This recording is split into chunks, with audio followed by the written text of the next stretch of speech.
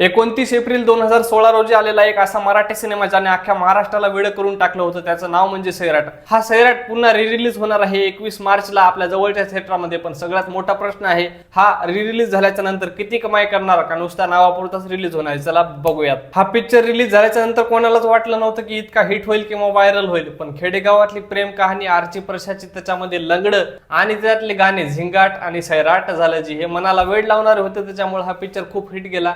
Hit नाही गेला तर फक्त मराठी इंडस्ट्री जी आहे त्या मराठी इंडस्ट्री मधला सगळ्यात जास्त कमाई करणारा पिक्चर बनला। हा पिक्चरचं बजेट होतं 4 कोटी आणि याने कमाई केली 2016 रोजी 110 कोटी। खेडेगावातली प्रेम कहाणी, त्याच्यामध्ये येणारा जातीवाद अतिशय उत्कृष्ट प्रकारे नागराज सरांनी आपल्याला दाखवण्याचा प्रयत्न केला होता या चित्रपटामध्ये। माझा अंदाज सांगायचं म्हणजे आता रिलीज केल्याच्या नंतर किती कमाई करणार, तर सगळ्यात जास्त तर करू शकत नाही, कारण सर्वांनी ही कहाणी पाहिलेली आहे, सर्वांच्या मनाला लागलेला सिनेमा आहे। सगळ्यात जास्त कमाई तर करू शकणार नाही, पण ऍव्हरेज चालू शकतो पिक्चर, जास्त फ्लॉप पण जाणार नाही। रिलीज करण्याचं कारण म्हणजे काय आहे माहिती आहे का, सगळ्यात टॉप गेलेला पिक्चर आहे आणि कहाणी जी आहे ती सगळ्यात मुळाची खेडेगावातली कहाणी आहे। ही कहाणी खेडेगावातला प्रत्येक माणूस स्वतःची कहाणी असल्यासारखं त्या पिक्चरामध्ये स्वतःला पाहतो, त्याच्यामुळे मनाला वेड लावणारा पिक्चर आहे, पुन्हा पुन्हा जाऊन बघावासा वाटणारा पिक्चर आहे। तर चला 21 तारखेला तयार राहूयात बघण्यासाठी। या सिनेमातल्या हिरोईनने मारलेला फेमस डायलॉग तुला मराठीमध्ये कळत नाही का इंग्लिश मध्ये सांगू, हा खूप हिट झाला होता आणि त्याच्यातला एक प्रत्येक सीन जे आहे तो हिट झालेला आहे। विहिरीमध्ये पोहणं,